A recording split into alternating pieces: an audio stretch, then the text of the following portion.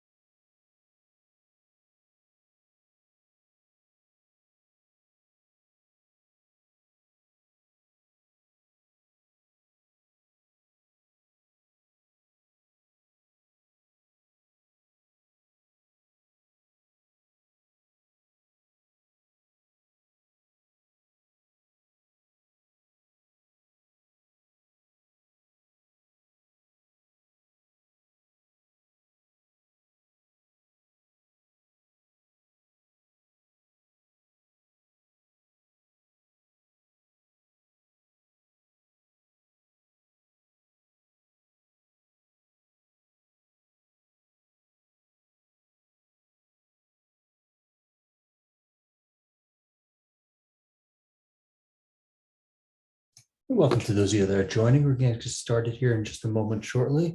Thank you for joining, and we'll get going in called 1 minute.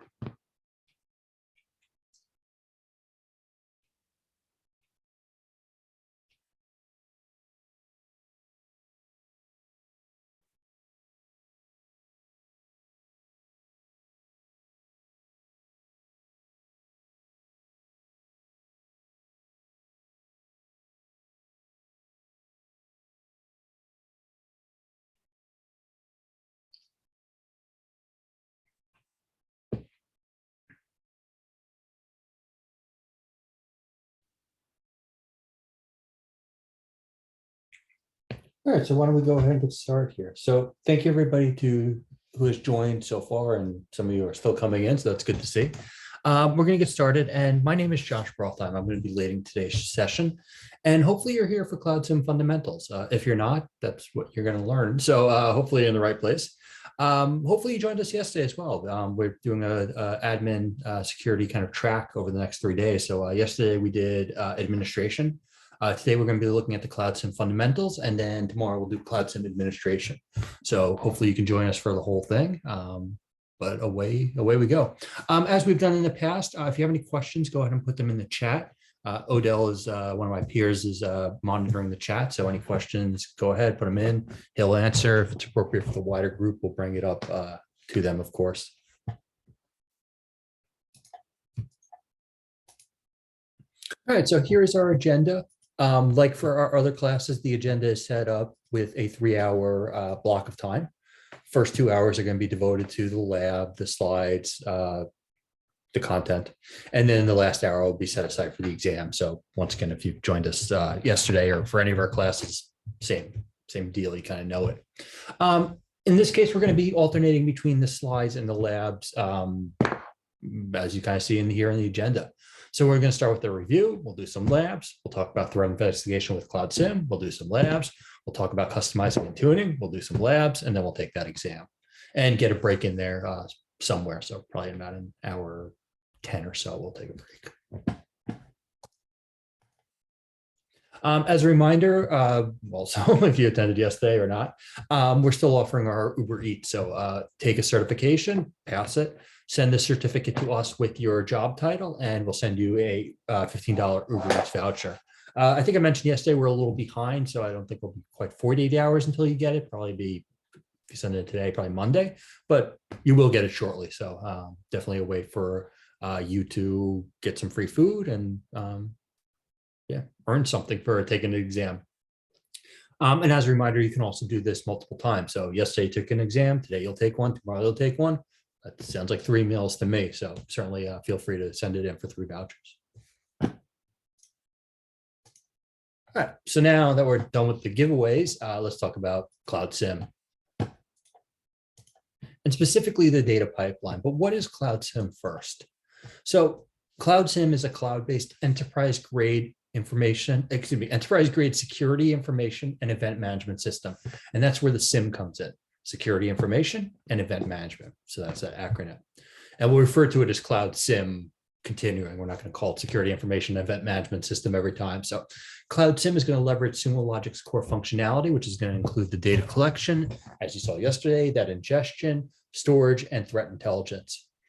Cloud SIEM is a purchased add-on with an ever-expanding library of content that's designed for security operations. And because it's designed for larger data volumes, most organizations need to ingest a large amount of data each day for insights to surface in Cloud SIEM. And let's take a look at the pipeline here, or at least a piece of it at a time. So here's the whole pipeline, but we're going to go, like I said, a piece at a time. Cloud SIEM is a powerful tool. It's going to take potentially millions of log messages and funnel them down into a handful of actionable security insights. So how does that happen? Well, let's start with the first portion, the top portion, excuse me. So what we have there is kind of like we saw yesterday. We have the logs that are going to be collected, and we talked about collecting and ingestion, and it's going to be collected, ingested, and turned into messages. So the data comes into Sumo. The next step needs to occur. That data needs to then be parsed, or actually at that point, they're messages. Each message needs to be parsed, mapped, and enriched into Cloud SIEM records. So the data gets ingested like we saw yesterday, and then it gets turned into a record. And we'll go over each one of these steps in more detail in a few moments. So at this point, you have the records now because everything has been parsed, mapped, and enriched. Now, what do you do with, or what does the system do with all these records? It's going to take those records and compare them to rules. And if a rule is triggered, an entity is going to be extracted. We're going to talk about entities. Well, we're going to talk about all this today, but an entity is, just for now, is a who or what. So an entity is going to kind of tell us who or what was doing something. It might be a computer name, might be a host name, might be an IP address, and we're going to look at more details of that. But just for right now, that's a good kind of overview of what an entity is. So these records are going to be compared to rules. If a rule is triggered, that entity, that IP address, for example, might be extracted. There's going to be a severity score that's going to be assigned, and then a signal will be created. Now, if you have enough signals that cluster together, then they're going to become an insight. And then at that point, you have an actionable security investigation. Now, in this class, we're going to focus on the later stages of the pipeline, primarily, we're going to focus primarily on this portion and this portion. So the bottom half of this diagram. The top half of this diagram is what we're going to work on tomorrow in the Cloud SIEM administration class. So that's where we'll talk about the ingestion and collection related to Cloud SIEM and how that data gets parsed. I'm just going to talk about it a little bit today, but tomorrow will be more detail and we'll go in and we'll do labs. But today we're looking at the bottom half of this diagram. Now, before we look at just the bottom half, let's go through the top half, just a little more detail. So a little repetitive to what I just mentioned, but it's still a good overview. So for example, let's say we have a company and we're going to use Sumo Logic Coffee. We have this company that collects and ingests millions of log messages and they get brought into Sumo Logic. Now, typically you can use these messages right away in Sumo Logic apps. Like we saw yesterday, you ingest the data, it's there and you start doing something with it. But to use them in Cloud SIEM Enterprise is going to be a little bit different because your admin is going to need to enable data forwarding. Your admin is also going to need to create log mappings, field extraction rules, and other pre-processing steps to extract the right data. And that's something we'll talk about tomorrow. Now, before Cloud SIEM can start to generate these security insights, the log messages need to go through this processing first. Cloud SIEM is going to process the messages into records, and each record is going to contain the information from a message parsed into key value pairs, mapped to a Cloud SIEM schema, and enriched with other data. Now, that's a little bit much to say, so let's go ahead and look at an example, give a kind of visual component here. So here's an example. So what we're doing here is we're following a simple log message down this pipeline. So first, the message is parsed and extracted from the record. And that's what we're seeing on the left-hand side of the screen. Then what's going to happen is that mapping is going to occur, and it's going to turn in or convert it to a set of key value pairs, which is what I see on the right-hand side of the screen. This process is also going to fix some basic formatting. This step is also going to create semi-structured data. So we're going from having our data say IP-127-0-0-1, which is not really a thing, versus on the right-hand side of the screen, the parsing step is extracting that IP address into that key value pair. The key is something that we define, source device underscore IP, and then the actual value is 127.0.0.1, and those hyphens are normalized to dots. And this information is mapped on the Cloud SIEM schema. So we go from taking our message with scrambled data, if you will, and then we get it into a format or a format that we, and more importantly, the system can work with a lot better. Now, that's not the only thing that's going to happen at this step, because at this step also, there we go, enrichment is going to occur. This enrichment is going to be information potentially from match lists or threat intelligence databases, such as its threat level, like we're seeing here. And these normalized records are then set down the Cloud SIEM pipeline and compared to the rules. And once again, this is what we're going to be focusing on tomorrow. Now we're going to pick up kind of where we are today, or continue with where we are today, and dig into these, there we go, records. So now we have these records. Now what happens? Well, we're continuing down the pipeline. Each record is going to be ingested into Cloud SIEM and then compared to hundreds of built-in and custom rules. If a rule is triggered, then the entity will be extracted and a signal is going to be created. So if a record matches, let me go ahead and show this here. There we go. So if a record matches the criteria in a rule, then Cloud SIEM is going to create a signal. The severity is going to be a number between 1 and 10 that tells Cloud SIEM how serious the potential threat is. So when a signal is created, it's going to contain a name, an entity, a severity, a stage, and a description. And we'll see all this in app shortly. A signal is always going to contain at minimum an entity and a severity. And this data is defined by the rule and used later by Cloud SIEM's insight engine algorithm. Now, I mentioned entity before, and I'm going to mention it again, and actually going to mention it many times again today. And so as a reminder, again, the entity is going to be that signal in something like an IP address, a MAC address, a host name. It's going to tell us who or what was involved in the event that the record described. Entities are going to be extracted from records. Every signal has an entity. And the entity's activity score is going to be the sum of all the severity scores of all the signals it appears in. Now, we're going to go over that scoring a little bit later, so don't kind of worry about that too much, but we are going to talk about that. Also, the MITRE ATT&CK framework we'll talk about in a little bit as well. So what's happening here is when the record is created, it's starting to turn into signal, some naming conventions are going to be applied to it. But we'll, like I said, we'll talk about that in a few minutes, I guess. And if there's any other questions, go ahead and post them in the chat, please. All right. So we got our records. They're compared to rules. The entity is extracted, and then we get signals. Now, what happens once we have signals? Continuing down the pipeline. Because Cloud SIEM is going to take everything one step further and correlate them into these signals. An insight is take that again. An insight is a group of signals that are clustered around a single entity.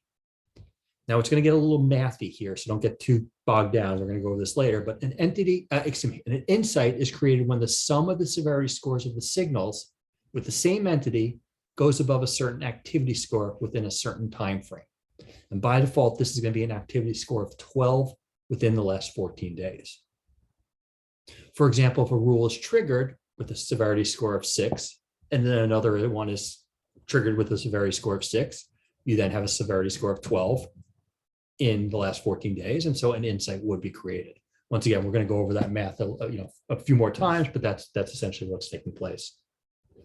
Once an insight is created, you can start a security investigation and take actions like alerting SOC teammates or executing playbooks. And we're going to look at that as well.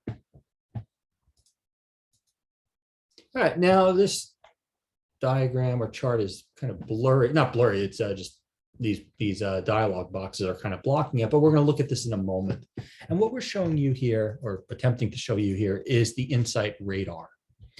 Ignore the dialog boxes that are blocking everything, but this entire data pipeline can be thought of as a funnel with the log messages going in the top and the insights coming out the bottom. And so while you might ingest millions of logs, you might only get a few hundred signals and maybe a handful of insights. Now, this insight radar in the Cloud SIEM UI, and we're going to see this hands-on in just a moment, uses this funnel shape from a top-down perspective. And as you go towards the center, there's going to be fewer items. So what we see around the outer ring or outer edge, this blue portion here, dark blue, are going to be representing the records. So what we see here are the relative number of records in the last 24 hours. So we, like a clock, we start at midnight and then go around the ring. The spikes and dips that are going to represent the times when more or less records than average are ingested. So for example, at the very bottom of this at 7:27, 4 a.m., we see a spike there of records. That's letting us know we had a large amount of records versus, well, the rest of the diagram is pretty level. Now, the middle bar,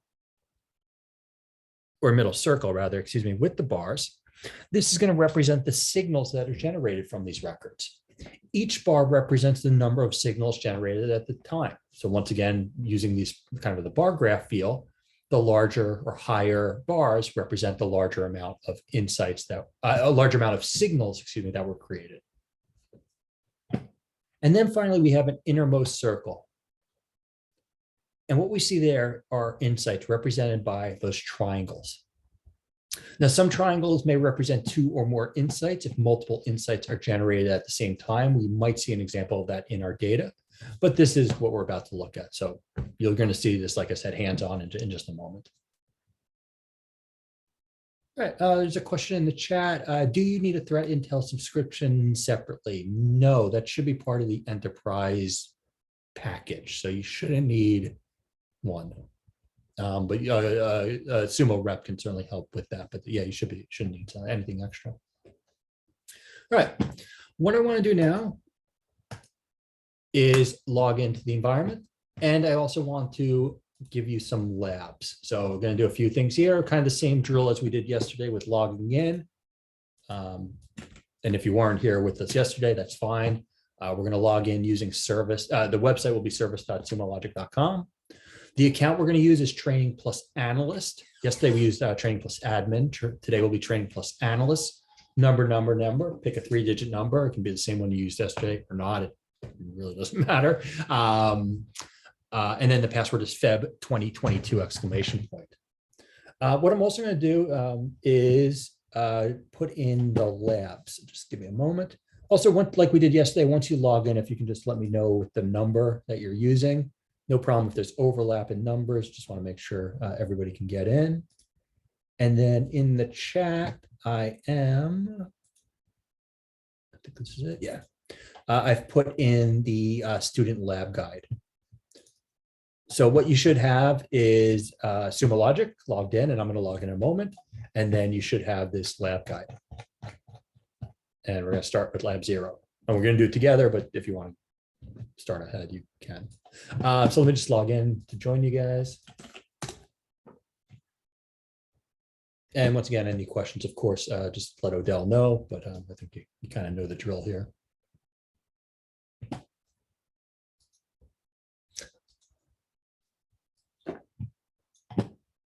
All right, let me see here. I might have a little issue. Let's see if this works.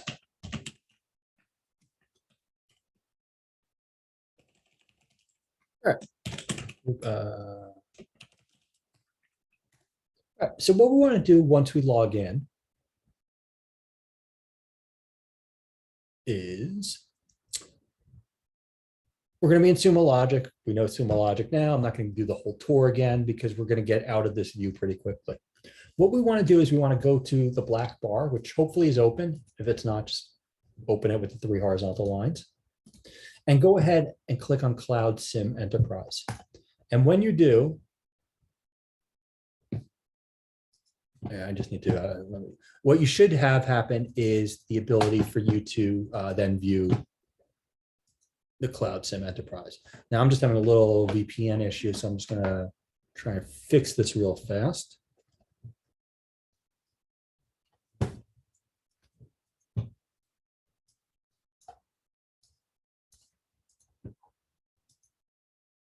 Just a moment here.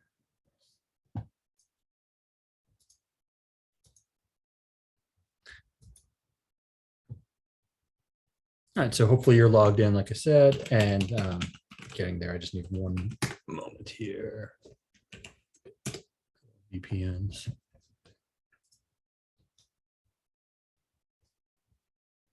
All right, here we go. So let me go ahead and just redo those steps. I'm going to log in.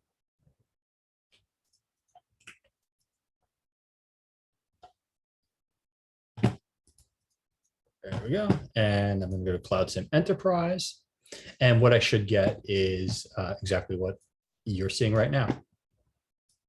Go ahead and just make this bigger and expand it. If you're not on the screen, let us know. You should be. It looks like everyone's fairly successful, so that's a good sign. So let me just, like I said, make this a little bigger. Okay, so now what we're looking at is what we were describing earlier, at least with the Insight Radar, is that middle, this middle area.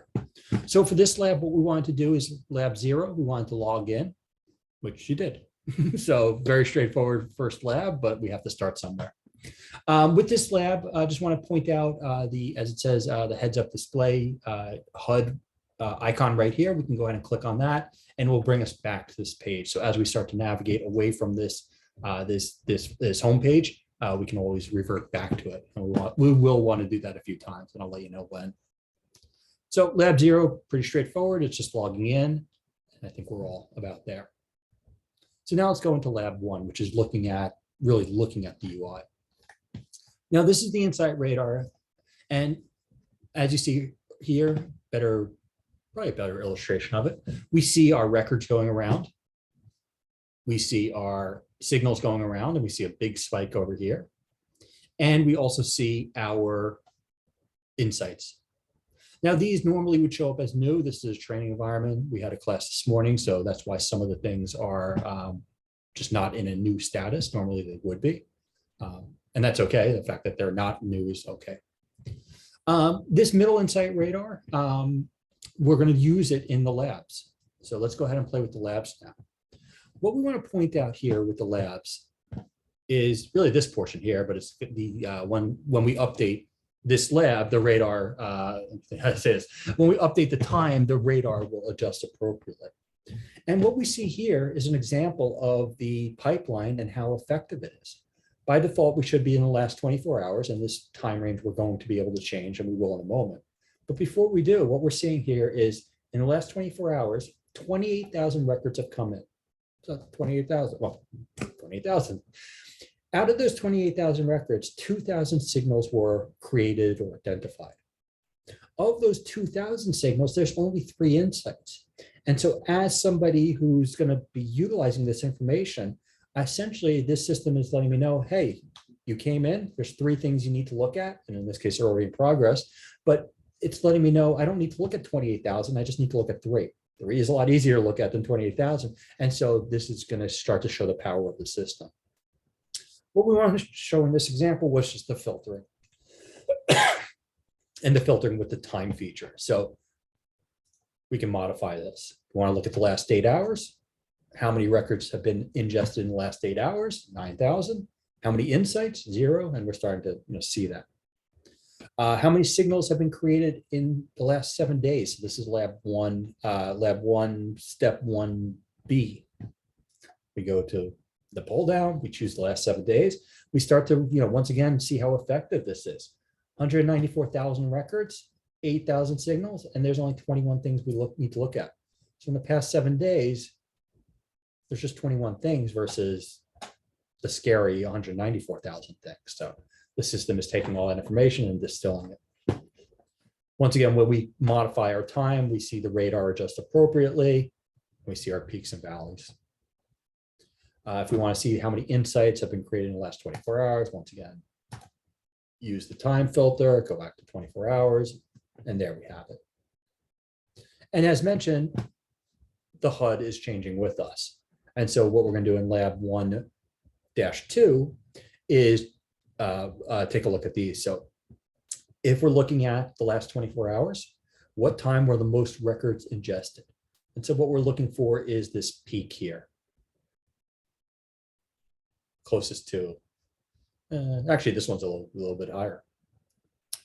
Your time zone might be adjusted. I can't remember for your local time zone. I can't remember if it adjusts or not. So,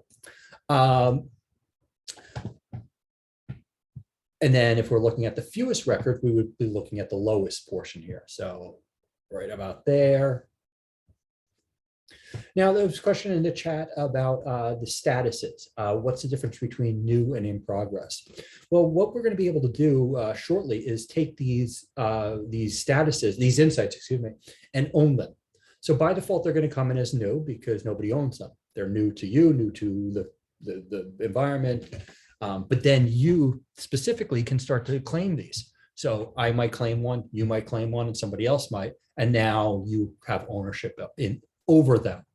So that's what it's showing. Closed, of course, is probably the best status, meaning it's done and you don't really have to do anything with it.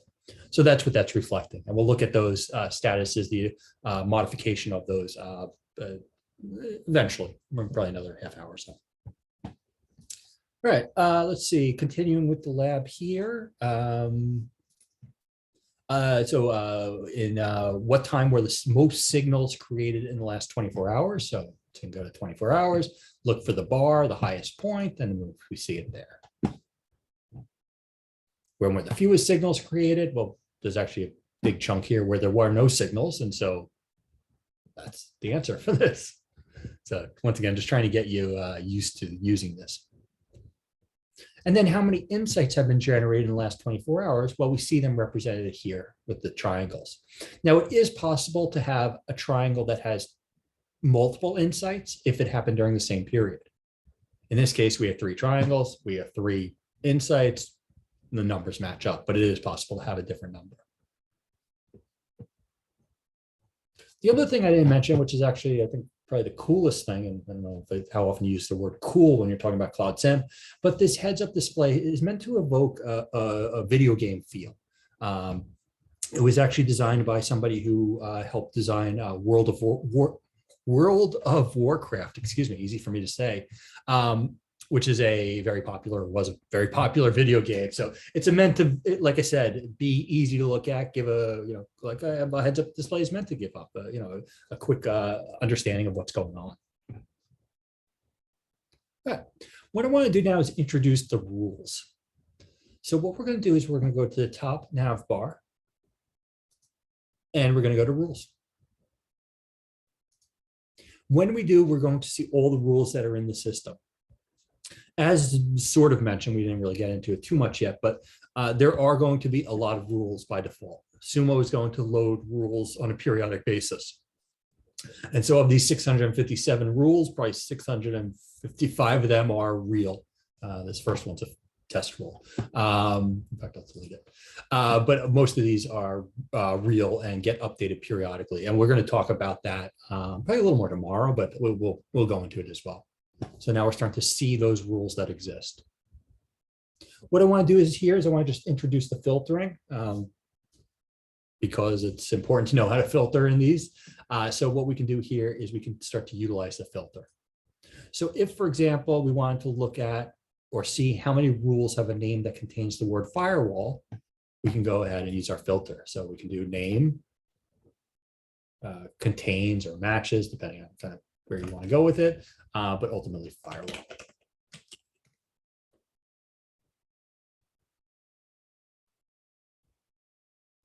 And what I should see is something. Let's see what it is. Normally returns more gracefully. Contains phrase.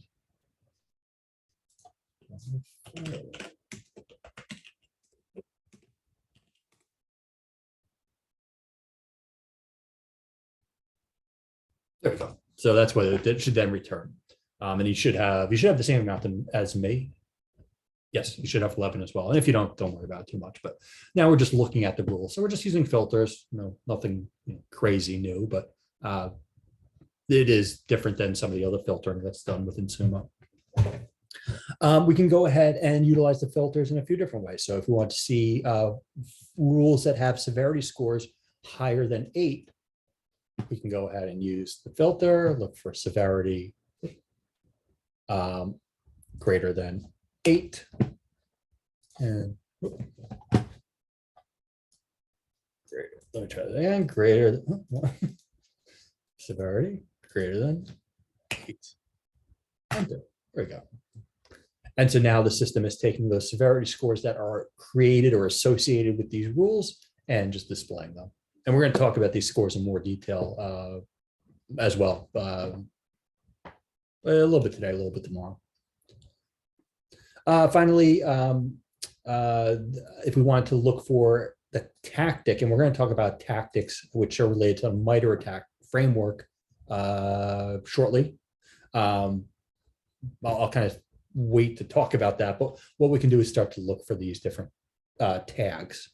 And so there is one actually called persistence.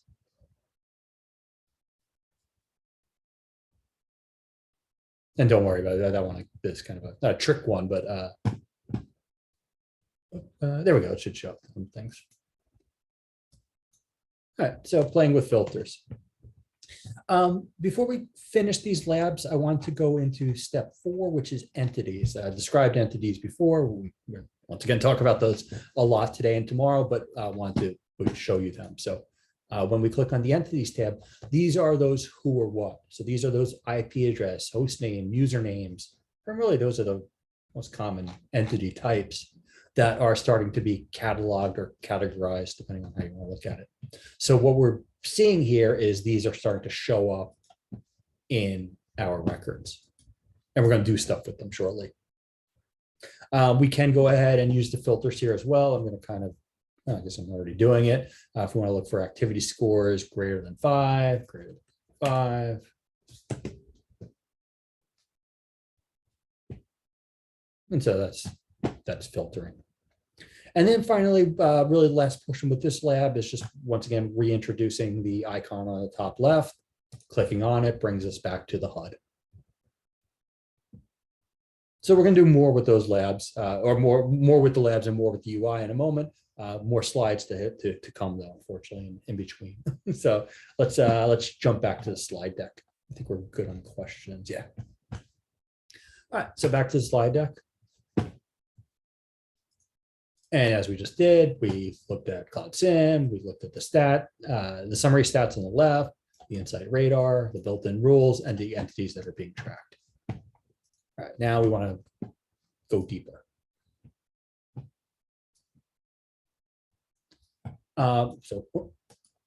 So we want to get started with threat investigation. And so what I want to do here is I want to describe a couple different use cases.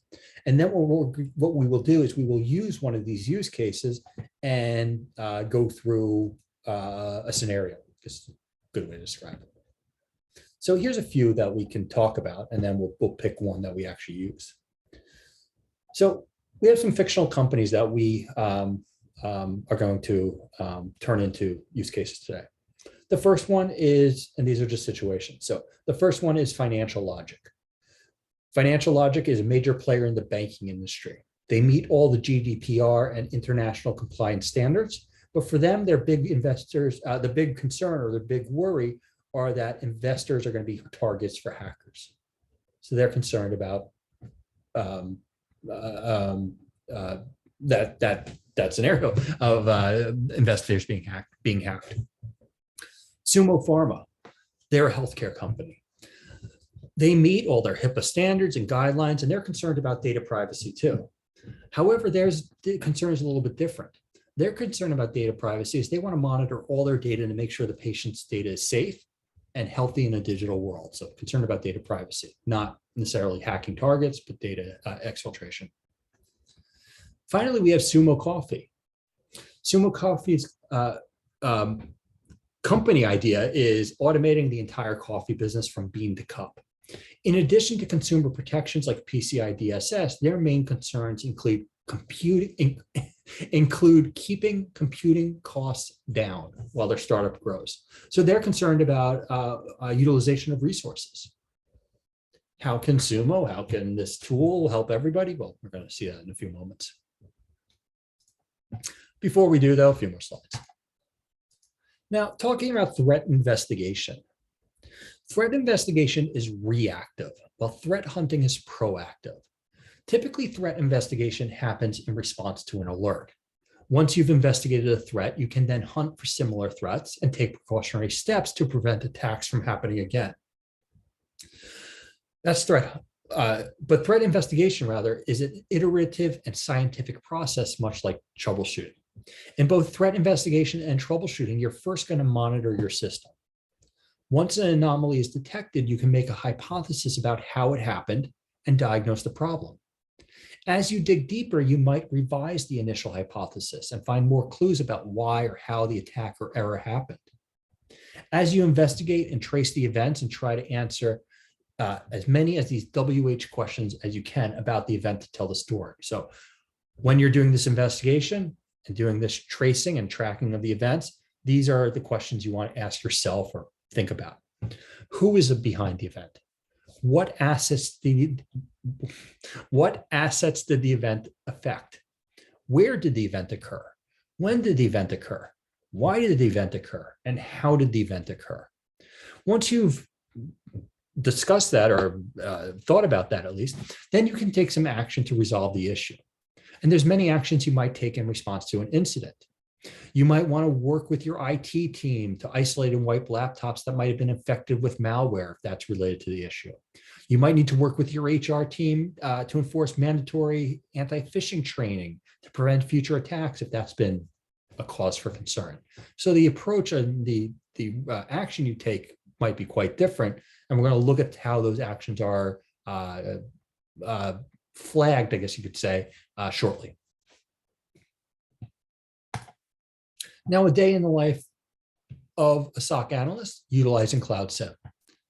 So Cloud SIEM is going to help with every step of this threat investigation process.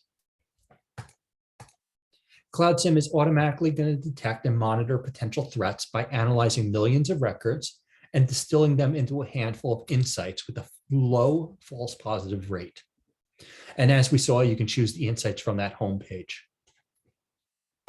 Now, once you choose an insight to investigate, you can dig through all the raw logs and signals to conduct a deep dive investigation and even proactive threat hunts.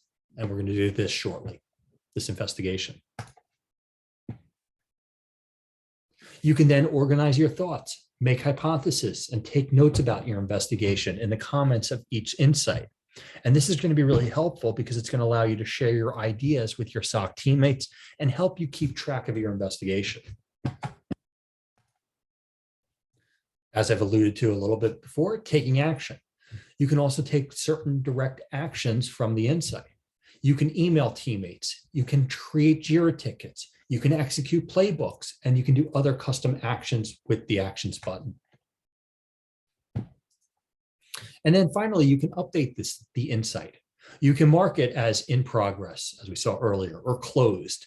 When you choose to close it, you can mark it as resolved or false positive or duplicate or no action. And updating the status correctly is going to help the Cloud SIEM insight engine produce more accurate insights for your org in the future. And of course, this process will repeat each day as new insights are generated for you to investigate. So, rinse and repeat, essentially. Now, the next slide, I want to talk about the MITRE ATT&CK framework and matrix. If you know what this is, cool. If you don't, that's cool too. But let me describe how it kind of applies. So this MITRE ATT&CK matrix is published by a group called MITRE, M-I-T-R-E, and they're a nonprofit research organization. And the word attack, if you notice the word attack is spelled kind of differently here. What it stands for is adversarial tactics, techniques, and common knowledge. So what is this MITRE ATT&CK framework? This framework organizes and categorizes the tactics and techniques that criminals, nation states, scripters, and other adversaries might use. And this is going to include things like attacks like exfiltrating databases, installing malware, stealing credentials, and all the other nefarious activities that you and your SOC team are trying to stop. Cloud SIEM is going to use these same tactics for the stages of signals and the names of insights. So once you're familiar with the attack framework, navigating Cloud SIEM's insights page becomes easier. Once again, if you aren't familiar with it, that's okay too. It's still pretty easy to organize and view, but knowing this framework is helpful. And so essentially, Cloud SIEM is just going to utilize these same names. So if we look at our fictional companies, which MITRE attack tactics and techniques might they prioritize? So we have Financial Logic. And remember, their big concern was keeping their clients' data secure. In this case, credential access is probably going to be a big concern for them, since all their customers have user credentials tied to their financial accounts. Now, Sumo Pharma, they were worried about patients' privacy and compliance with standards like HIPAA. For them, of course, user credential is important to them, but in this case, exfiltration of private data is a major concern. Sumo Coffee, of course, they're concerned about credential access and exfiltration, but in this case, their big concern was about resource management and making sure that their infrastructure is and their apps are being as efficient as possible. So for them, execution is a particular concern, since many executable files can utilize precious company resources. So all these companies, organizations have their own concerns. Of course, they might overlap and have multiple, but that's what we're showing here. All right, a few more slides and then we'll get back into the labs. There we go. What's on here?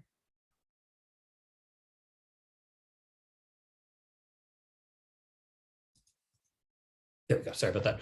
Okay, so now what we're wanting to talk about is the insight page, and we didn't look at it earlier. I was going to say we sort of looked at it. We didn't, and we will look at it in a few moments.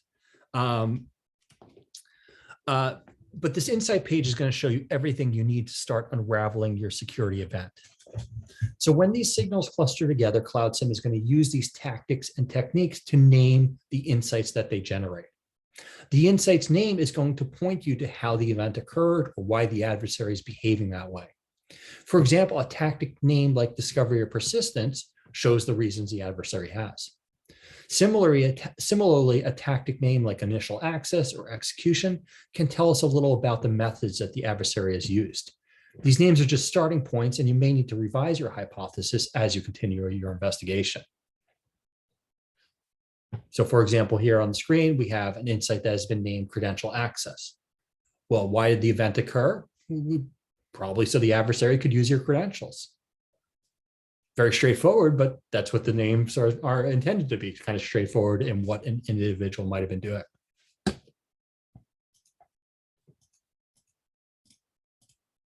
Now, the timeline of the insight is going to be very important as well, because it's going to tell us when the event or events occurred. So what we're seeing here, it's a whole lot of blue, but what we're trying to show here is a timeline. So here we see about a week or 14 days. And so what we see is the clustering of the rules that were triggered together. So in this example, we see at the very front, or the first day zero, if you will, there was a rule that was triggered. Then on August 8th or so, there was a rule that was triggered. And then on the 13th, there's a cluster of 3 of them together. And so this is starting to give us that indication. Conversely, if we saw the 3 that were clustered together at the front, that might give us some sort of other indication.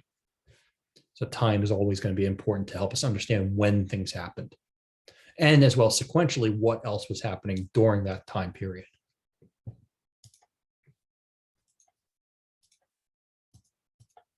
And then finally, the entity.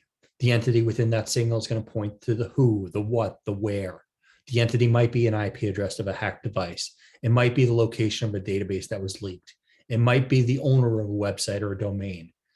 Each insight is only going to have one entity that is going to be clustered around. And we're going to see that in just a few seconds, about 10 seconds or so. So now, oops, don't look at the recap. Let's go ahead and start to do lab 2. So what we're going to do with lab 2 is we're going to go back to our lab book or lab guide. And we're going to scroll down to lab 2. Now within lab 2, there's going to be lab 2A, 2B, and 2C. Within lab 3, there's going to be 3A, 3B, and 3C. Based on the one we picked today to go over, we're going to do the corresponding one in 3. So if we do 2A, we'll do 3A, and so on and so forth. Now, we have a pretty good amount of time, so we might actually be able to do an A and a B. In fact, let's try it. Let's see if we can.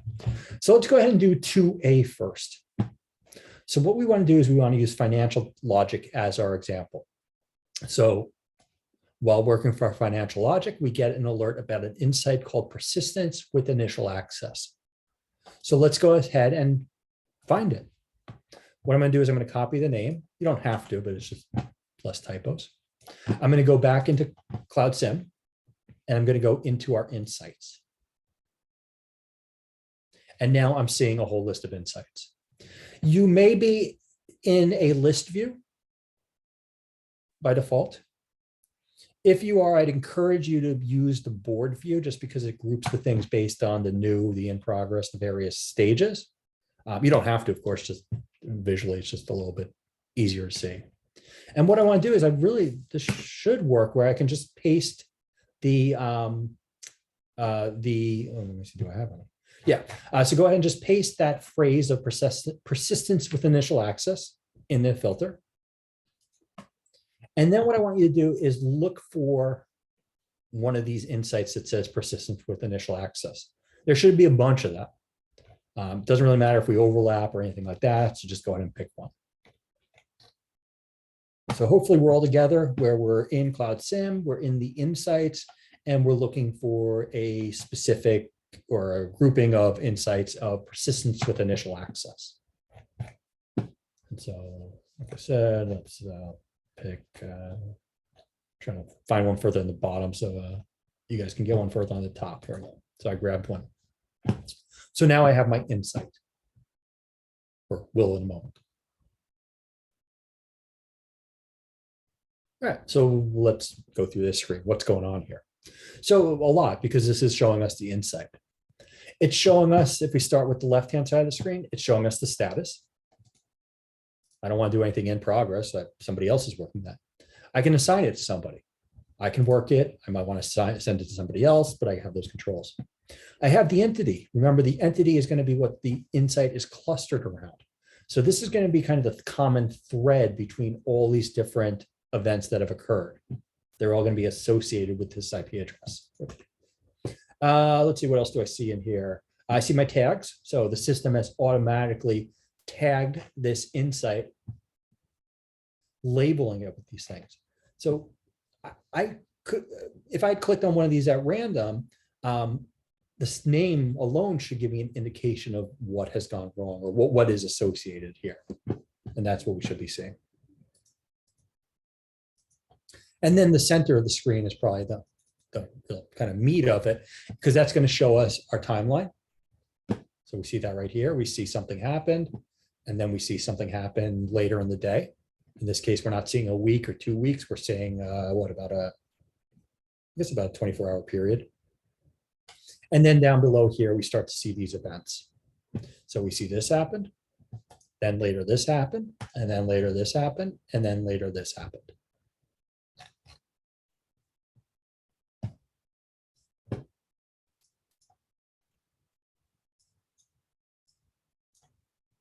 Okay. Let me just grab, I just lost my lab book here. There it is right there. All right. So as it says in the lab, we can go ahead and start to use the insights name and the MITRE ATT&CK matrix name, or really the matrix, to start to figure out what has occurred here. So as it says in 3A, what events or signals were detected and correlated together?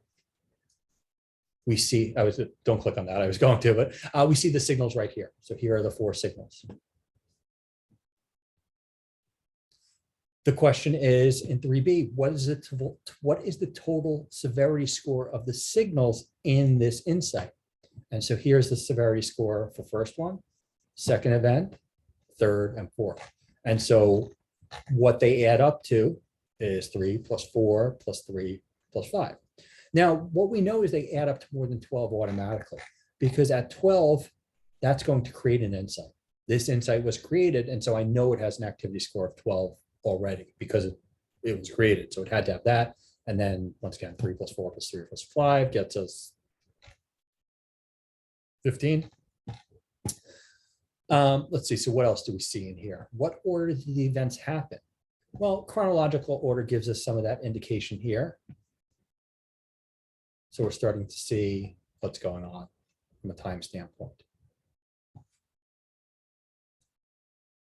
Now, what actually happened here? We're looking at this, but what happened? Now, the summary of the lab tells us what happened, so I don't want to just read it, but I want you to just think about it for a moment.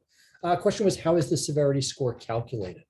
So the severity score is calculated by adding up the scores that are triggered by the rules and just adding them up numerically. So in this case, we had a rule that was triggered that had a 3, a rule that was triggered that had 4, 3, 5, and 3. And so then we'll just add them up. If they're greater than 12 in 14 days, that creates that insight. You have the ability to modify that from defaults, and we'll talk about that tomorrow. But by default, that's what it is. All right, so what happened in this case? What we see here is that a user received an email. Actually, the first thing was there was a device IP matched with a threat intel hash, file hash. But here's where we see things really kind of went wrong. What happened is, the system tells us what happened right here pretty blatantly. A user received an email with a phishing link. We see the user email. We see the URL they went to. We see the source device IP, that entity. And so we see this information about it. We can click on the rule.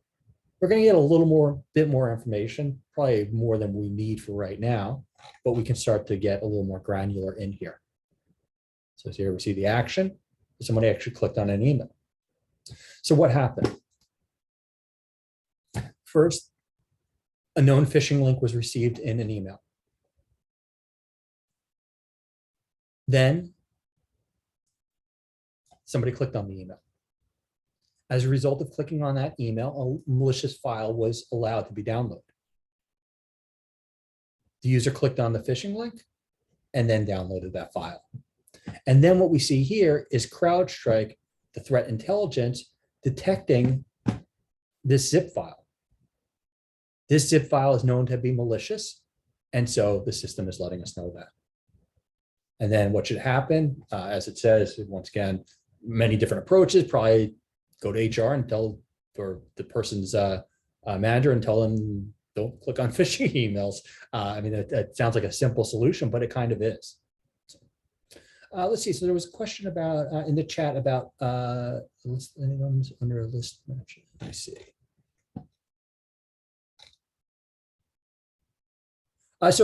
Basically all this information is Sumo's, or we're providing it. So all you would be doing is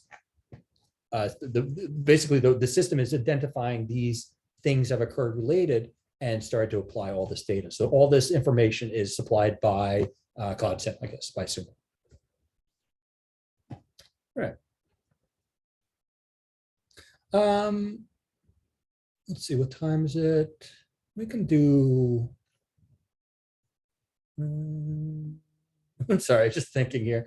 What do we go into? Let me see what we got next. Let's do the recap. We'll just do one of these today. Feel free to go into 2B or 2C now, or we're going to go into a break shortly. But I think I'm just going to continue, and then we'll do 3A a little bit later. So yeah, I think that'll work better with time. So let me go back to my lab, back to my slides. Sorry, so much going on here. And so what we did is, come on. There we go. So what we did with financial logic, or what the system told us with financial logic, is the system found a phishing link, it found potential malware, and it grouped it together into an insight called persistence with initial access. And that was done all by Sumo and by the system. Now, that's in the MITRE ATT&CK framework and us naming it. So that's you don't do it, it's all automatic, which is what's so cool about it. All right, so let's go into a deeper, as it says here, a deeper dive into threat investigation and threat hunting. And we'll take a break in probably about 10 minutes. If you need to take one ahead of time, of course, please do so. All right.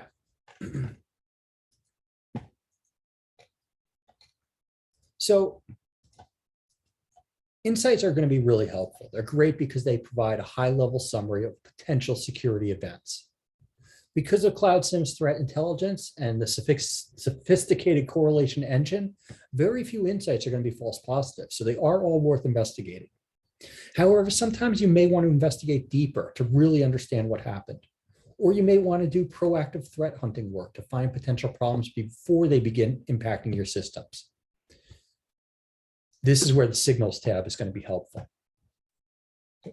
We only showed the entities tab. It should show both. It should be an image floating between both. The signals, as a reminder, are going to list all the signals that have been created by rules that have been triggered in the system in the last 14 days by default. So those signals are going to provide summaries of potential security threats. Not all signals are security incidences. For example, there might be a legitimate reason why somebody logs in from 2 different devices at the same time, or why there is several failed password attempts on a single account. Just natural human forgetfulness. However, when you click into a signal, you're going to have the option to see the full details of the record that triggered it. This is going to include that information like the IP address, the geolocation, the threat level, and other information. The entities tab, which is what we're looking at now, we did look at earlier in the system, is going to list all the entities that have been detected by rules in the last 14 days. So as long as a rule has detected an entity in the last 14 days, it shows up in the entities tab. The score there, that activity score, is going to be the sum of all the severity scores of all the unique signals associated with that entity. So once an entity's activity score reaches 12 or higher, then an insight will be created.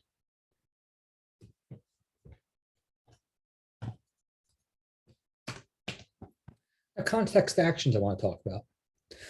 I should have showed these. Actually, this image that's showing them right now is doing my job for me. These context actions are going to be found throughout the Cloud SIEM UI and are going to be really useful for in-depth investigations.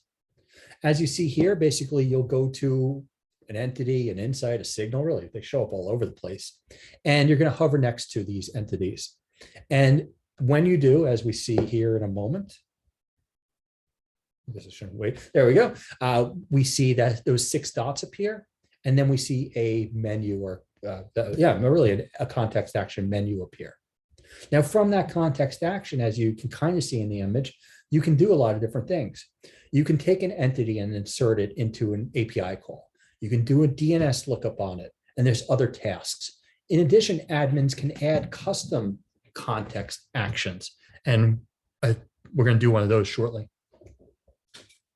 Now, one of the actions is the ability to utilize Sumo Logic Search, because an in-depth threat investigation is going to use both. It's going to use both Cloud SIEM and Sumo Logic's core tools. There's going to be several ways to bring the information you find in Cloud SIEM back to the Sumo Logic platform. One context action, as you're seeing right here, is called Sumo Logic Search. You select the action, and what it's doing, actually, let me show the next page to really show what it's doing. We're going to do this in a moment, but this is what it's going to do. So you're going to take the entity, you're going to click on the 6 dots. You have many actions to choose from, and we're going to choose the Sumo Logic Search one. When we do, that entity is going to be brought into a Sumo Logic Search. And this way we can look at the log messages that have that entity. And even if it wasn't detected by a rule in Cloud SIEM, it's still going to show up. Now, you, of course, could just take that IP address and copy and paste it in as well, but we want to remove that idea. We want you to use those context actions. And we'll try this out in next lab 3, lab 3 we'll do it in. All right, let's see. And then ultimately, you're going to want to finish the investigation. So in Cloud SIEM, there's going to be different actions you can take on each insight. We started to see some of these. You can comment, you can close them, you can assign that status, that new, the in progress. And when you close the insight, it's important that you do so properly or to the best of your knowledge, because Cloud SIEM is going to use that resolution information to reduce false positives and duplicates further. So assigning a status in the insight will let you keep working on it and keep track of your progress. As mentioned with the actions, you can assign the insight to yourself, a colleague. You can use the action buttons to create Jira tickets, send Slack messages, use APIs. And those actions are customizable by an admin. So you can go ahead and set those up. And I mentioned, I thought we were going to set those up today. We do those tomorrow. So we'll set up an action. Yeah, I guess we do it tomorrow. So you get that experience. All right, let's go ahead and let's do lab 3A. Yeah, let's do lab 3A, and then we'll take a break. And when we come back, we don't have that much left. So let's go ahead and jump back in. There we go. So back into our environment. We should have our lab guide. And we're going to go down to lab 3A. There we go. So 3A. So as it says, while working for financial logic, once again, the persistence with initial access. So what we want to do is we want to go ahead and now utilize the Sumo logic search to continue the investigation. So hopefully you're in your insights still. If you're not, go back to it or any of them. It doesn't really matter too much. Ultimately, what I'd like you to do, though, is get to your insight, get to your entity, hover to the right of your entity, click on the 6 dots, and click on Sumo Logic Search. If all goes well, even if it doesn't, no, kidding. But if all goes well, what should happen, and you even see in the URL the search criteria being passed. What it's doing very simply, once I click search, is now looking for this IP address. I'm going to do a larger range because I just want to get to see it in there. Cool. So now what I'm seeing is this IP address in Sumo Logic. Now that's good, but that doesn't really help us yet. I mean, it's starting to help us out, but we want to go further with this. What we want to do now is we want to take this query that's in lab 3A and we want to modify it. What it's going to allow us to do is take our records and group them together. Right now we have a bunch of records, which is good, but I can't really make much sense of it. I see this IP address showed up in CrowdStrike. It showed up in Zeek. It shows up in Palo Alto. Okay, that's great, but let me organize this. I might have 20, I might have 20,000. This view just isn't really kind of pleasing for me. So what I'm going to do here is I'm going to take that query that's in step 6. I'm going to copy it. I'm going to do a new log search. And I'm going to paste that query in. That query might not paste great. In fact, as you see here, it copied in the footer. So you might need to clean it up a little bit manually. But what this query is going to do, what we need to do is we need to grab our IP and we need to paste it into the query as well right here.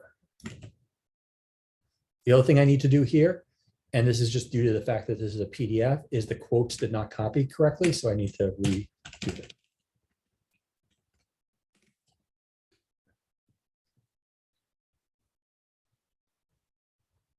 So hopefully you have something similar to mine. Actually, let me go ahead and copy and paste this into the chat because it should be identical to mine. Now, what's this query going to do? What it's going to do is it's going to look through the Cloud SIEM records. So this is how we call Cloud SIEM records. It's going to then sort the data into buckets of an hour. And let me do past 24 hours here.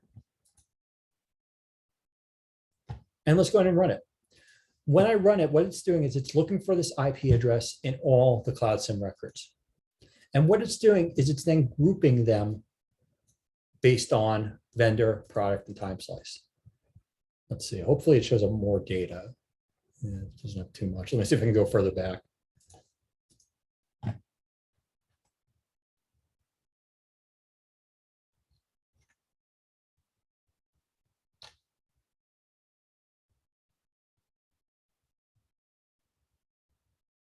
Yeah, maybe the two more. No, it's coming back. But what it's starting to show us now is where this IP address is showing up.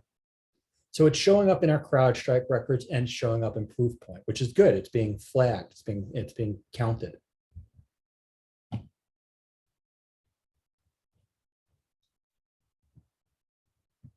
And what we can do with this now is now we have hopefully have a better understanding of where this IP address is showing within Cloud SIEM and outside Cloud SIEM as well. Now this example is not the best because it's not. Yeah, normally there's more metadata information in here. So we don't have a ton, but it's okay. It presents something.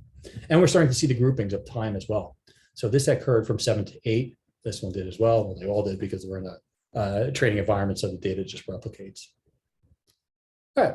What I want to do now, though, is I want to go ahead and, well, finish up the lab. So finish the investigation. So we're going to go back into Cloud SIEM. And now we can go ahead and start to utilize our drop downs.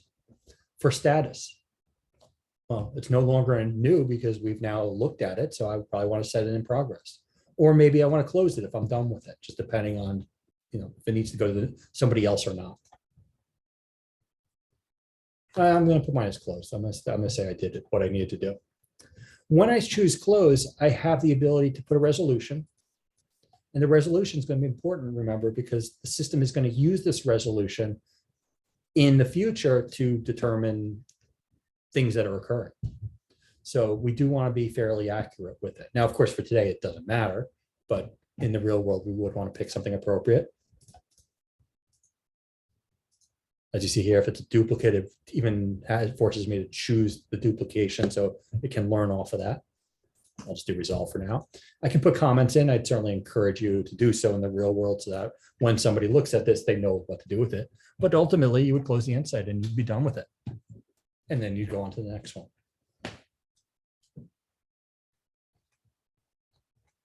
All right.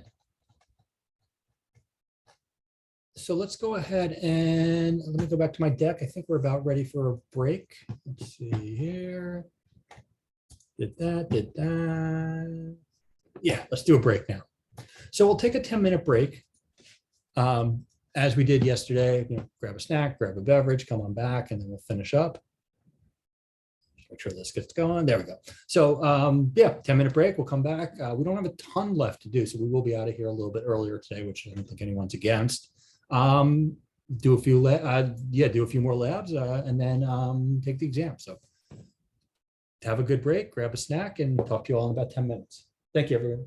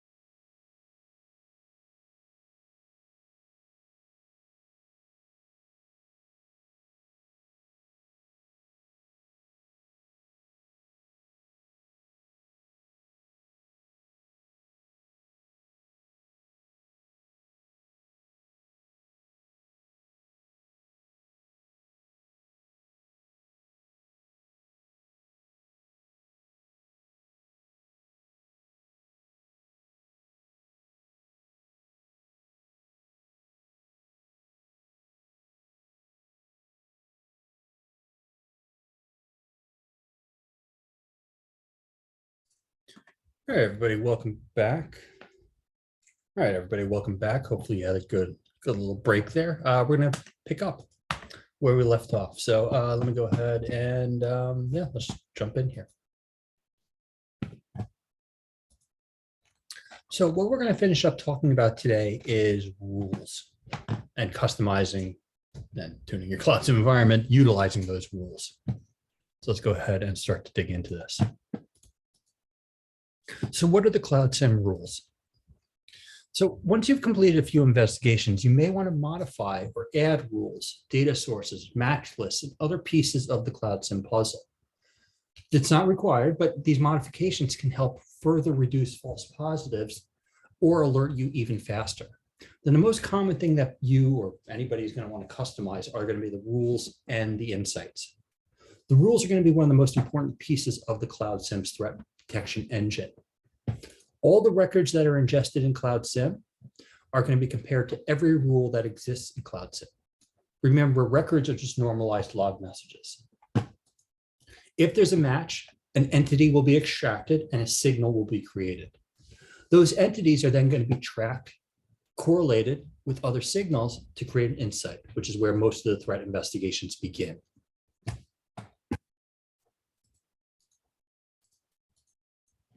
Now, custom rule types, excuse me, there's a few. Now, but you don't have to write your rules from scratch. As you saw, I kind of pointed out, we'll look at it a little bit more in more detail tomorrow. Sumo Logic's team has created and maintains hundreds of out-of-the-box rules to help you get started. But sometimes you might need to write a rule from scratch. You might need to do this if your system has a source that isn't covered by the default rules, or if you're looking for a threat that isn't covered by the default rules. These custom rules are not updated or deleted by Sumo Logic during the regular updates, which is great. They're going to be independent from the default rules. So if you do decide to create custom rules or rule tuning expressions, those rules will not be modified or deleted by Sumo's updates. There's going to be 4 types of rules. We're really going to look at 3 of them today, but there are 4 types. Keep jumping. The first one is a match rule, and really the most simple. It's going to be a simple Boolean statement. And I'm going to check if it's true or false. If it's true, then an entity will be extracted and a signal will be created. For example, we might want to look for whether an IP address matches one that's on a banned list or a blocked list, excuse me. Threshold rules, a little more complicated, but not too much. These are going to be triggered when a match is found a certain number of times. So for example, if 1 failed login attempt is acceptable, but 5 are not, then a threshold rule would fire after the 5th failed login attempt. Chain rules. These are going to fire when certain different events happen in a certain time window. For example, if you want to look for 5 failed login attempts followed by 1 successful login attempt within 1 hour, you'd use a chain rule. And then finally, the aggregation rules. This is going to be used when you want, or they are going to be triggered when up to 6 different events accumulate over time. For example, if you want a rule that looks for a larger number of event types from a single device IP, you'd use aggregation rules. We're not going to use these today or tomorrow, the aggregation rules. They work, they're great, but they're just not used too much. They're really kind of outliers on their own. Now, what I wanted to show here, or what I am showing here, is a blank rule template in Cloud SIEM. We're going to look at one of these in a moment, but just to get the visual before we dive in.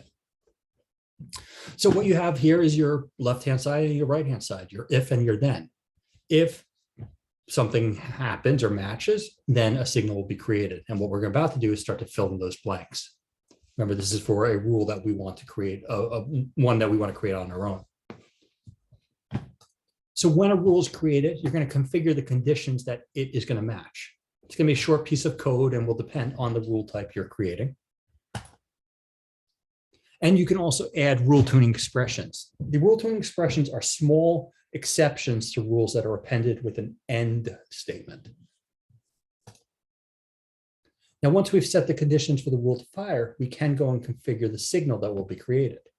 This is where we can go ahead and include details like the name, the entity, the description, the MITRE attack tactics and techniques that we or the techniques might be looking for with our rule. And then we're going to finally configure the severity score for that rule. This is going to be on a scale from 0 to 10, 10 being the most severe. We might want to choose a severity of 0, however. The reason we might want to do a 0 is if we want to monitor something, but not necessarily create an insight for it. The higher severity scores are more likely to trigger insights. All right, a few more slides here. All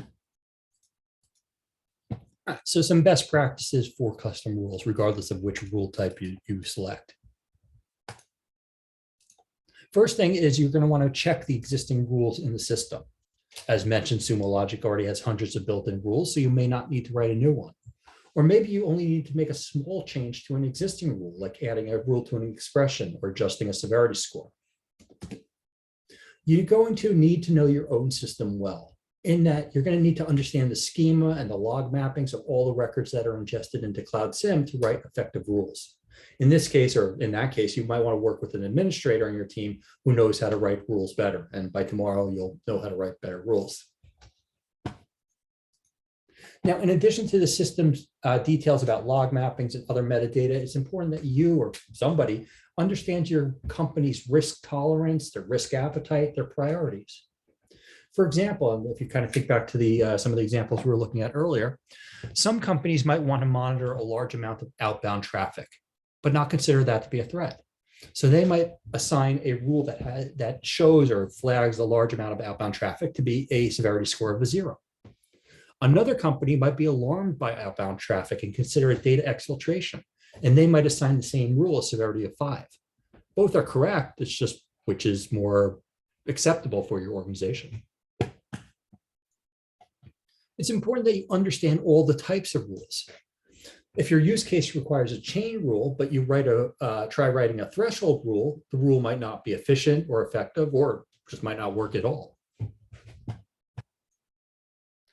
It's important that you make small changes to a rule if you want to edit it.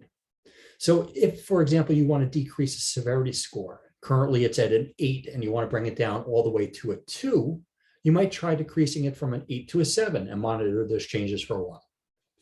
Then bring it down to a 6 and a 5 and so on and so forth. And that's kind of a good rule of thumb in I guess, all aspects. And then finally, this is going to be a best practice that we're going to utilize and encourage you to, is to save all new rules as a prototype. And by doing so, this is going to allow you or us to monitor the rule's behavior without creating new insights and alerts.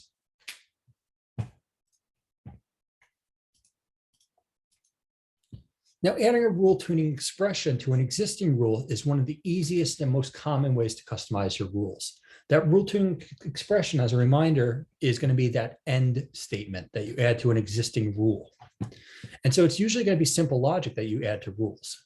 As a best practice, these rule tuning expressions should have a small number of specific exceptions to existing rules. So with the rule tuning, you can modify existing rules without rewriting them from scratch. And this is going to let you customize them without doing much work, which is always a win-win. Once you've written a tuning expression, you can apply that tuning expression to multiple rules. You can apply multiple tuning expressions to each rule, so you have a lot of flexibility. We're going to learn in a few moments how to apply one tuning expression to multiple rules, and then we're going to learn how to apply multiple tuning expressions to one rule. So one tuning expression to multiple rules and multiple tuning expressions to one rule. We're going to go through that in 5 minutes. And then finally, there we go. When you use rule tuning instead of the custom rules, your tuning expressions are going to be retained when Sumo updates that rule. So you get to take advantage of the rule that Sumo pushes out to all its users. So just a better way of doing things.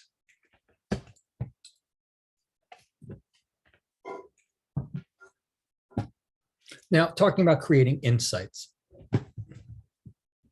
Once a rule is in the system, whether it's a custom rule or one created by Sumo, doesn't really matter. Cloud SIEM is then going to start to use it to create signals. Remember, if a record matches a rule, an entity is extracted from that record. And once again, that entity is the who. It could be the what, but typically kind of the who.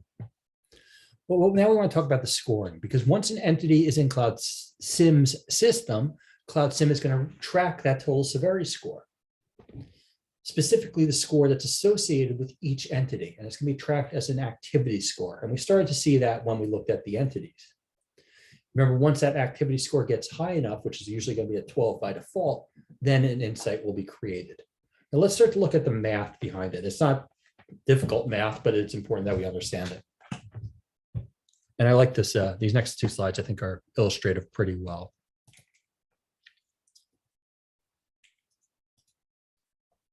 So what we have here on the right-hand side of the screen are 13 different signals from the last 2 weeks. Each shape or color represents a different signal. So we have entity A, which are going to be the pink triangles. We have entity B, which are going to be the green squares. And then we have entity C, which will be the blue circles. Based on the rule that fired, each of these signals has a severity score, which is the number within the shape. Now remember, by default, an entity is going to be the color or the shape, either way, but that's how we're going to distinguish these. An entity is going to need an activity score of 12 before an insight is created. The activity score is the sum of all the severity scores from the last 14 days. So based on this, we have the pink triangles, we have the blue circles, and we have the green squares. Which of these signals, pink triangles, blue circles, and or green squares, are going to cluster together into an insight? So go ahead and think about it for a moment. If you want to put your answer in the chat, you can. No real reward for getting it right. I guess getting it right is its own reward. So now let's see. And there can be more than one answer. So just to let you know about that. So let's see which of these cluster together into an insight.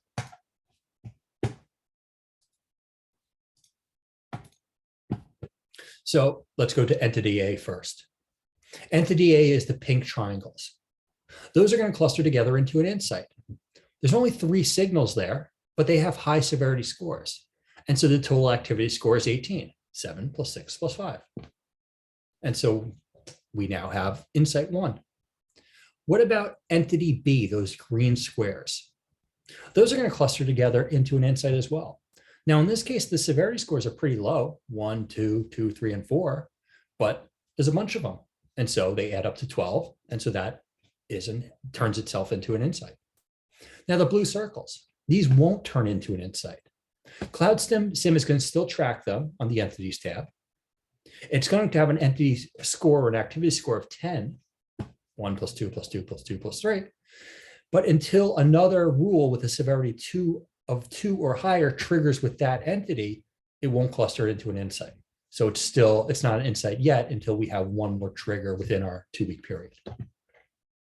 And so what we wanted to show here, and like I said, I hope the visual element kind of helps there, is the fact that you can have a large number of low severity score signals that don't create an insight. You can have a small number of high severity score signals that do create an insight. And so you just want to keep this in mind when you're starting to create and configure the severity score for your custom rules. All right, 2 more slides and then we're into the labs. I think I said 2 more slides a lot, but this time it's for real. There we go. Now, what if you want to be alerted right away when a certain rule is triggered, or you don't want to use that default activity score of 12? Well, that's fine. Custom insights are going to let you create insights based on a specific signal or a chain of signals, regardless of the severity score. And this is great for known threats that are specific to your system.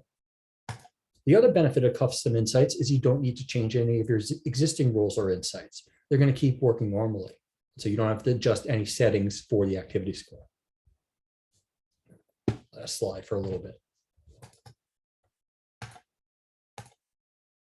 Remember, Cloud SIEM's out-of-the-box rules and insights are great, but we want you to have the flexibility to customize your environment. And so what we learned, and we're going to, like I said, play with these in the lab in a few moments, but we learned 3 simple ways to customize Cloud SIEM's rules and insights. The first one are those rule tuning expressions. Simple way to add small exceptions and other clauses to existing rules. The second was the custom rules. They let you write logic that's going to be unique to your system to cover threats or data sources that aren't covered by built-in rules.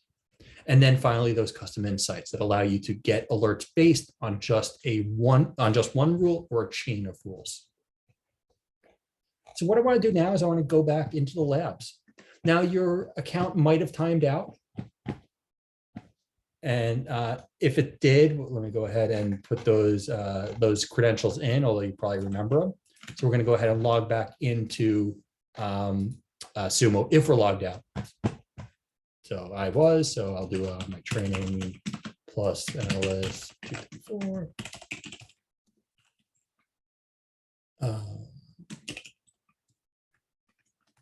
Okay, so hopefully you're logged in. And once again, if you need help getting logged back in, of course, give a shout. Once we're logged in, though, we want to go back to Cloud SIEM Enterprise. In fact, I think mine was still open. Yeah, it was. I didn't really need to do that, but oh well. So ultimately get back into Cloud SIEM. And what I want to do now is I want to utilize my lab guide. Good to go. Here it is. Too much on the screen. So what we're going to do is go to lab 4. In lab 4, what we're going to do is create a rule tuning expression, which is going to be a simple exception to existing rules. So to create it, we're basically just going to follow the steps. What we're doing in this scenario, and why are we using a rule tuning expression? Well, here's why. We want to update some of the firewalls in our system, and we don't want to trigger unnecessary alerts. So what we want to do is we want to create a rule tuning expression that will allow ourselves, our accounts, to bypass the firewall related rules. So how do we do that? Well, here are the steps. We're going to go up to content, and we're going to go to rule tuning. When we do, we're going to see existing rule tuning expressions. There shouldn't be any in there. Somebody's jumping ahead, but that's fine. So RS is already in it. That's fine. We're going to create one as well and kind of mimic what RS did over here. So we're going to go ahead and click on create, because we want to create a new rule. When we create it, we're going to need to give the rule a name. For today, as we did yesterday, we're going to want to use whatever we name the thing, whatever it is, we're just going to want to put our initials and our number after it. It's going to make it easier for me to clean up later. So I'm going to just call it tuning JB234. Now I gave it a name, but I need to do it more, of course. The more I need to do, the system is telling me what I need to do. So down at the very bottom, what I have not filled in yet is going to be having the exclamation point. So this is telling me what I need to do. But what I want to do is I want to look for a rule. So I'm going to go ahead and type to add a rule. And the rule I want to look for is our firewall rules. Remember, I'm going to be doing firewall stuff, and I want to make an exception to them. I want to choose the training one because it's training. I don't want to adjust my real rule. So I'm going to select the training one. Now I have the rule, but I'm still tuning it. And so now I need to finish up that tuning expression. To finish up the tuning expression, what I'm going to do is grab the text that is in step 6. I'm going to copy it and paste it in. I may, actually not may, I will need to redo the apostrophes here. When I paste it in as is, it's all in white. When I redo the apostrophes, it turns into red. And this is just due to, once again, pasting from PDF. I want to put my number in here because I want to whitelist myself essentially, or allow list myself. And so what we're about to do is we're about to save this. And what we're doing when we save this is the rule is saying, look for the user and apply the rule only if the user is not training analyst 234. The training analyst 234 is going to be able to bypass this rule. Everybody else is bound by it. And that's what the exclamation point is acting as a not. Once I have that filled in, I'm going to click submit. It should confirm for me. And now I can go ahead and confirm for myself if I really want to. I can go to content rule tuning. And now I should see my rule tuning in there. Should show up.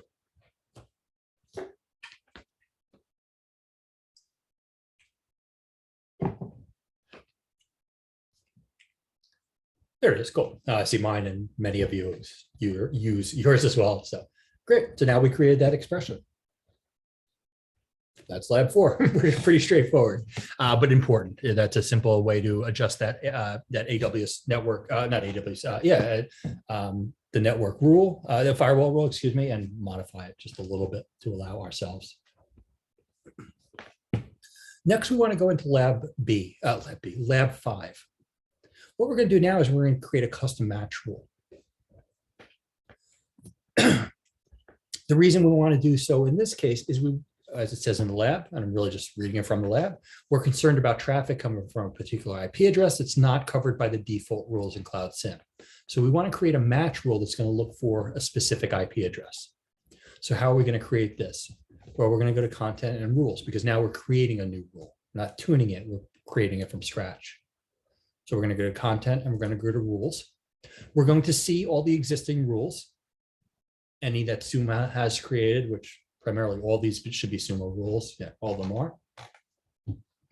And what we're going to do is create a new one. When we choose to create, we need to decide what type of rule do we want to create. As I mentioned earlier, there's different types. Match, where they're very simple and kind of Boolean, true or false. Chain, which get more complicated. Well, which one do we want to use? Well, in this case, we want to use match. We want to keep it simple. So what we're going to do is we're going to select the match rule. And we're going to give it a name. Once again, we're going to keep that name, same kind of naming convention.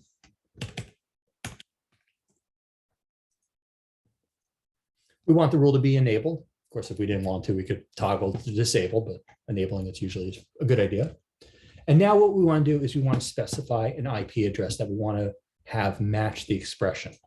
So once again, I'm going to grab the statement in step 5. I'm going to paste it in here, and I'm going to redo those apostrophes.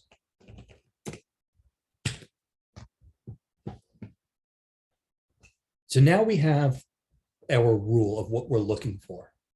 What we want to do now is we want to add our tuning expression that we created earlier.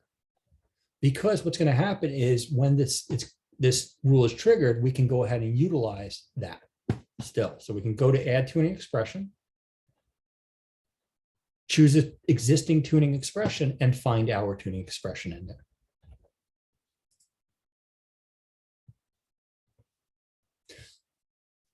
Now, what happens when a record matches the expression of this IP address and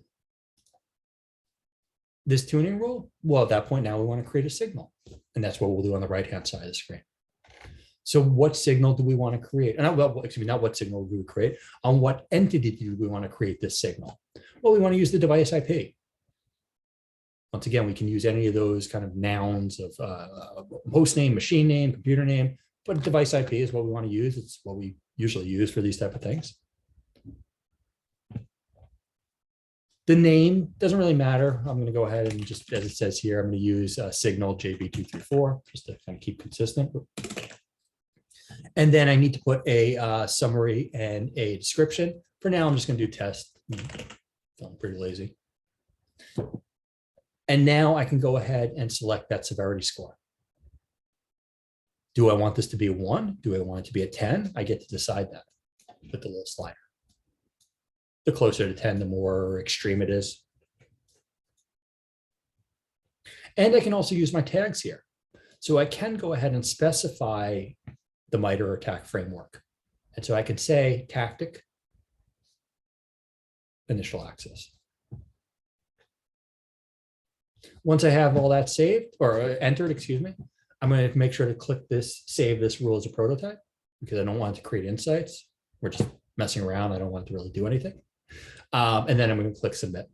If I don't have everything filled out properly or close to properly, once again, I'll have that exclamation point at the very bottom. But I don't, so I can click submit. And now I've created a rule. Or now I've created a rule. Once again, if I go back into my content and my rules and refresh, I should start to see my rule as well as your rule.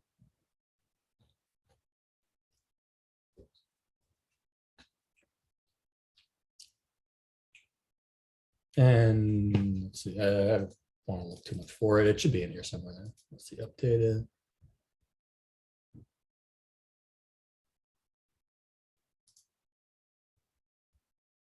It's in there. I sure. Oh, I actually should have done created. So there we go. There we see Usha. I see mine and a bunch of other ones. So cool. Now we have our rules. All right, the last thing we want to do to finish up today is create a custom insight. So in this case, as once again, just reading from the lab, we want to be alerted right away when our custom match rule is triggered. So we need to create a custom insight that looks only for that specific rule.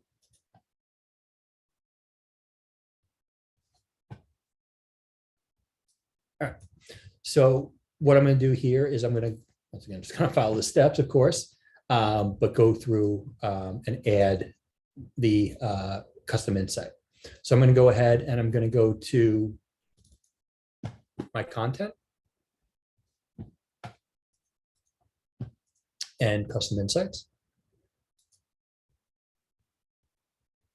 There's not any in there yet, so nobody's jumped ahead, which is good. We're all together. I'm going to click create. And once again, give it a name. The name, you can probably guess. Insight. And now I need to start to fill in the blanks of when signals are created with the following rule. I need to specify the rule that I want to apply. And I want to apply the rule that I used earlier. So what I want to go do in here is I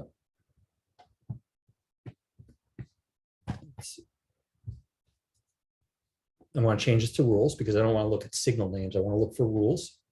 And then I want to look for my rule. There it is. So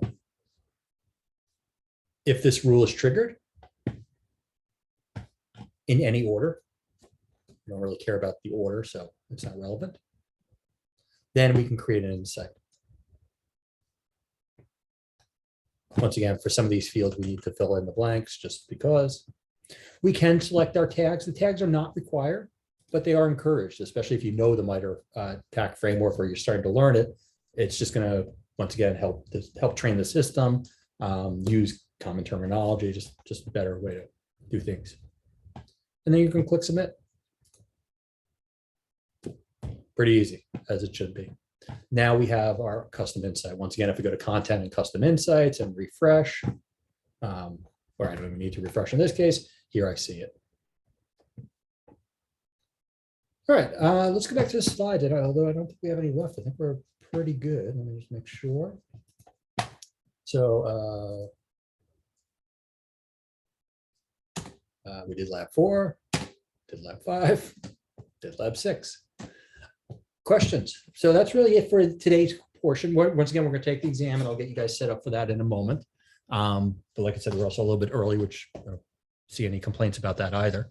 What we're going to do tomorrow is we're going to pick up that top half of the framework, so of the pipeline. So as mentioned, we kind of did the second half here, or the bottom half, and tomorrow we'll do the top half. And I hope you can join tomorrow. Even if you're not an admin, I think it just ties the whole picture together a little bit better of knowing the admin side of things. And if you can't, of course, that's fine. There's a question. Is there a limit to the number of rules or insights you can create? I'm going to say no. I'm going to say there's some crazy upper limit of 1 million or 500 billion or something like that. But no, hundreds are fine. Thousands are fine even. So I'll leave that as a no limit. All right.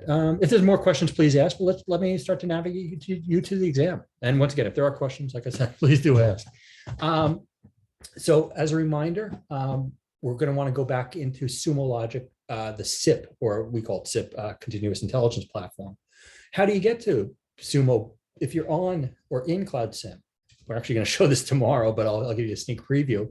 If you go to the 9 dots up here, not 6, but 9, and switch apps, you have this option for the Continuous Intelligence Platform.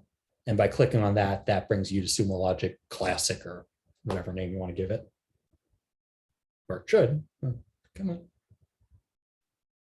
There it goes. It took a moment, but once again, I think my VPNs are being a little flaky.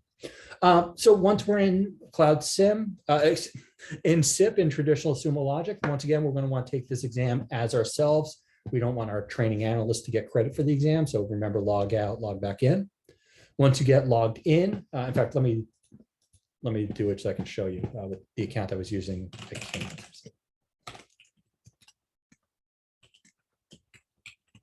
And if you already know where to go and how to take the exam, feel free to start, of course. I don't want me to tie you up.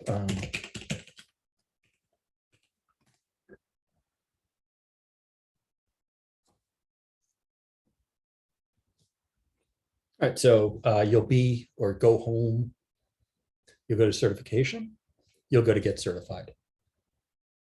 When you click Get Certified, you should be brought to the certification portal, which you went through yesterday, or some of you did. Once you're in the certification portal, you want to go to Get Certified. Under Get Certified are the exams. The exam we're taking today is Cloud SIEM Fundamentals exam.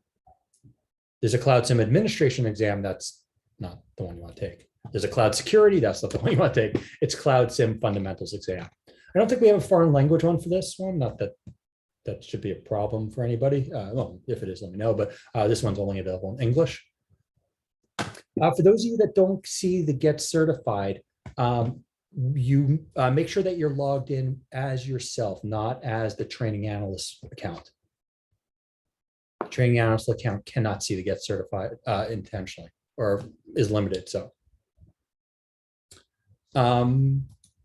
yes, start the exam, Cloud SIEM Fundamentals exam. Once again, same rules as before yesterday. So it's 30 questions. It might be 25.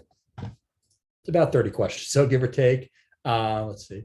And it once again, you'll it's 20 questions actually, even less. Cool. You'll have 60 minutes to take it. You only need a 70, not only, but and it is going to be open book again. So as our exams are, or many of them are, feel free to use the documentation. All the answers will be found in the documentation, not to be that blatant about it, but it's the truth. And yeah, so why don't we get started? I see there's a couple little issues, not little, but issues in the chat. I'm going to help answer those, but I think overall we're pretty good. So go ahead and start the exam, take the exam, pass the exam. And as a reminder, send us that information, that certificate, and with the job title, and that will give you that Uber Eats gift card.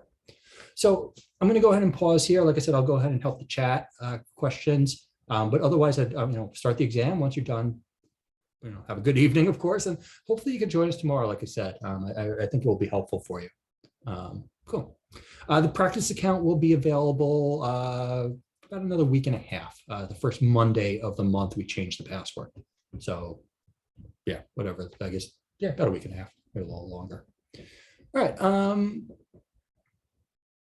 Yeah, I think we're about good. So I'm going to, like I said, I'll put myself on mute. Any questions, go ahead and ask them in the chat. I'll be around for a little bit. Odell will be hanging out as well. And like we said, we'll see you tomorrow. So thanks again. Good luck, everybody, and have a good rest of the day as well.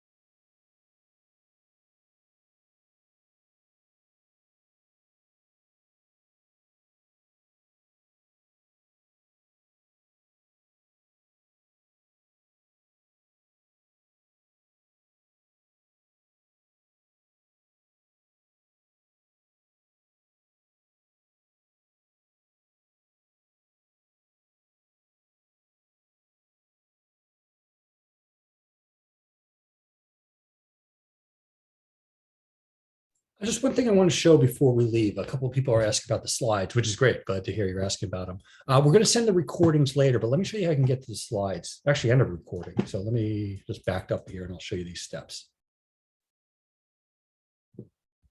Okay, so one more step. Sorry. So when you log into the this certification portal, excuse me, we're telling you to go to Get Certified, and that's where you go. So please go there. But what you can also do is go to Recorded Live Training. When you go to Recorded Live Training, what you have in here is, as it says, some Recorded Live Training. Not everything in here. In fact, Cloud SIEM Admin is not available yet, but Fundamentals is. When I click on the Fundamentals one, Cloud SIEM Fundamentals, excuse me, I have a recording that plays automatically, and I have my slides as well as the PDF. So feel free to go ahead and download the slides from the system. And like I said, we'll also send them later, probably tomorrow or the next day. Another thing that I just want to point out is somebody mentioned when they log into their own account, they don't have Cloud SIEM Enterprise. And that's possible. that means just Cloud SIEM Enterprise is not enabled for your account. It might be enabled for your organization, but not for your account. So what you'd want to do is talk to your administrator who admins Sumo. If you're the administrator for Sumo, then you want to talk to your rep about why you don't have Cloud SIEM. And the fact that you do have Cloud SIEM here or not is irrelevant to taking the exam. Of course, you should have it, but and you'll need an enterprise account. Yeah, Jonas. So sorry for the interruption, but I actually think it was a good interruption to show you where those slides are. And I probably should have showed them to you earlier today. And once again, there's other courses in there as well. And we will be adding Cloud SIEM admin, just not yet.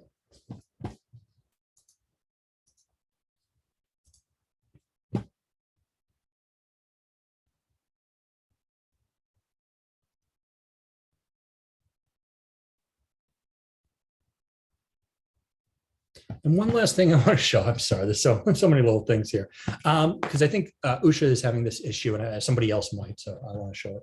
If when you go to click on the exam, so actually, sorry.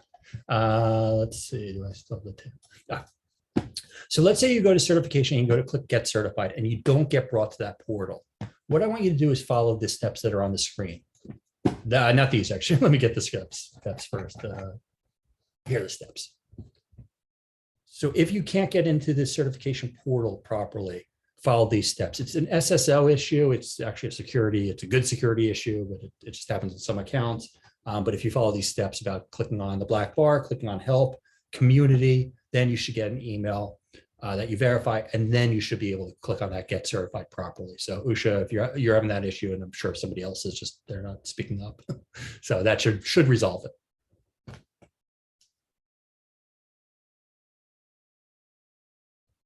All right, now I'm putting myself on mute again. So once again, everybody, good luck. And I hope not to have to talk to you again, but I probably will. It's all good. You guys have been great. So I'll give you some quiet time to take that exam.